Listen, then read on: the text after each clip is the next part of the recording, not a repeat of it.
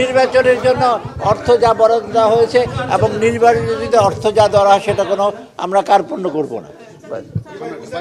আর কিছু বলার দরকার না। আজকে পারচেজ কমিটির মিটিংটা বসেছে, সেটা মেইনলি আমরা অত্যন্ত কয়েকটা গুরুত্বপূর্ণ প্রজেক্ট আমি বলে যাই নামগুলো।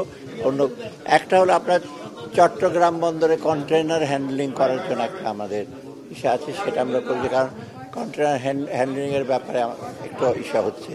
দ্বিতীয়ত হলো অ্যাজ ইউজুয়াল ডিএপি সার, ইউরিয়া সারের জন্য আমরা অ্যাপ্রুভ করেছি। আরেকটা হলো এলএনজিটা আমাদের অত্যন্ত দরকার, কারণ এলএনজিটা আসলে আমরা প্রাইভেট সেক্টর ইন্ডাস্ট্রি যেটা সারের সরবরাহ একটু বাড়াতে পারবো। আরও হয়তো দরকার হবে, সেটা পরে।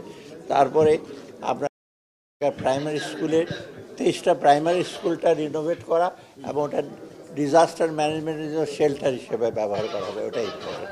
আর হলো আপনার আরেকটা ভেরি ইম্পর্টেন্ট ছিল কতগুলো ঔষধ, এসেনশিয়াল কতগুলো ওষুধ আনতে হবে, যেটা এসেনশিয়াল ড্রাগ থেকে কিনবে।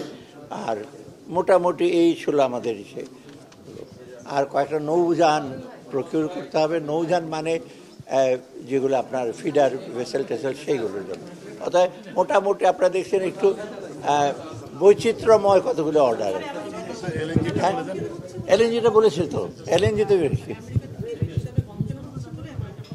সেটা আজকের নির্বাচনের জন্য অর্থ যা বরাদ্দ দেওয়া হয়েছে এবং নির্বাচনে অর্থ যা দেওয়া হয় সেটা কোনো আমরা কার্পণ্য করব না। আর কিছু বলার দরকার না।